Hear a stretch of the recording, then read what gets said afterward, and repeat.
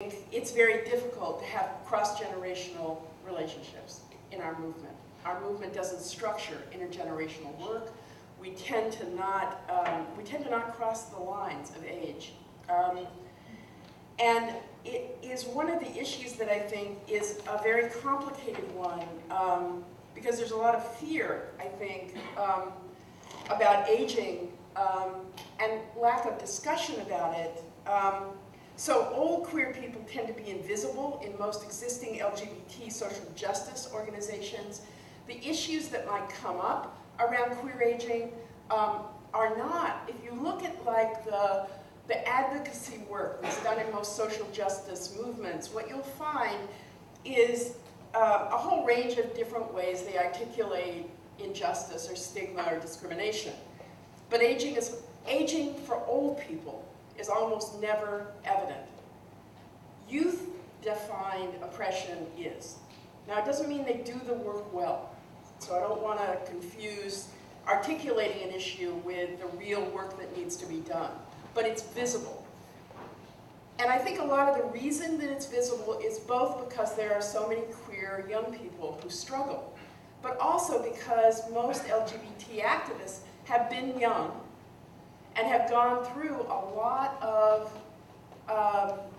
very difficult circumstances, and they do not wish that to happen to anyone else. And so there's a kind of commitment to not let people go through what we've often experienced ourselves when we were younger, as we get older and are activists in our movement. And yet, what that means is that we don't frame the differences in age experience and vulnerability with the same kind of commitment. So, for example, there's an enormous amount of attention paid to the way that young queer people are both poor, vulnerable, homeless, often struggling with relations of power, but we don't transfer that to aging. And yet, if you want to talk about aging, you're talking about a whole other population of people that are more and more vulnerable, are more and more kind of in need of support because the traditional systems that they've used to take care of their lives don't work anymore. We're terrified and talk a lot about the institutions that, that young queer people are forced into, but we do not translate that to conversations about things like nursing homes or assisted living sites. Somehow that's not perceived as a queer issue. We don't talk about it that way, and yet, frankly, in my experience, what I know is that older LGBT people are so terrified of being institutionalized because they really have to have support, because they can't live any longer and take care of themselves any longer in wherever it is they're living. They would rather die than be institutionalized, because the kind of discrimination that could happen to them in those institutional settings are so profound. They won't be able to leave those institutions. They're in those institutions because they're frail and often don't have friendship circles that can be their advocate and watch out for them. And they will be then badly treated and die earlier. So I feel strongly about it because I think that you have to see it as a set of issues that span what you will face in your own lives, as well as what you need to think about politically as activists, so that it never becomes an absence when you're articulating who's in the community and what needs to be seen as a social justice agenda. So let me tell you a couple of things that I think are important for you to know about what's unique in queer aging, because we know a little bit. We don't have much research, but we know a little bit. And it's important because it frames the particular and unique ways that I think we're specifically vulnerable. So here are some of the things we know. We know that we are twice as likely as heterosexual seniors to age as single people. people.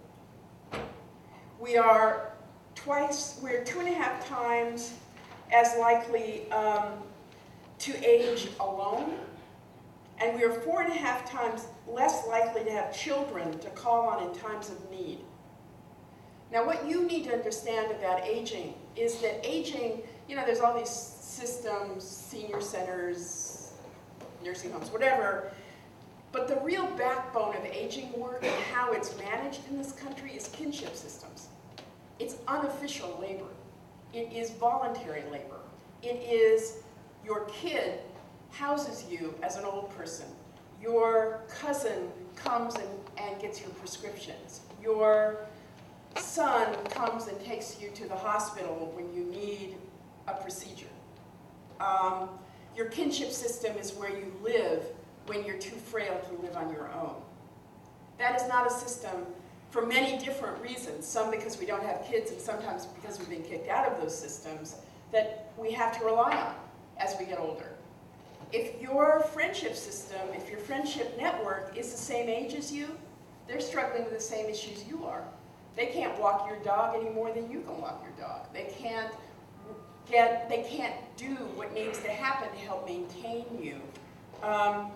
And yet, the system that is the unpaid system that manages getting old in this country is not a system that you can use, either because of your HIV status or because you're queer, or both.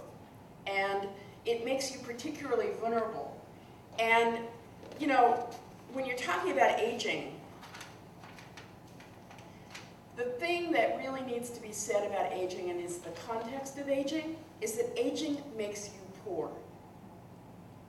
And if you're already poor, it makes you destitute. That's the nature of getting old in this country, because most people end up having to live on a very tiny fixed income, if they're lucky, if they have it at all, like Social Security. It's one of the few social safety nets that is even still around. Thank you, God. But it is not a system that many of us that are queer people have paid into, because we often worked in economies that were, life economies where you did what you had to do and you didn't pay into the Social Security system. So it's not like you're going to have much to live on when you get older. At SAGE, Services and Advocacy for LGBT Elders, of the 2,000 clients at SAGE that were 65 and above and lived on Social Security, over half those clients made $12,000 or less, and they lived in New York City. That is kind of like a hard thing to imagine, how you live on $12,000 or less in New York City.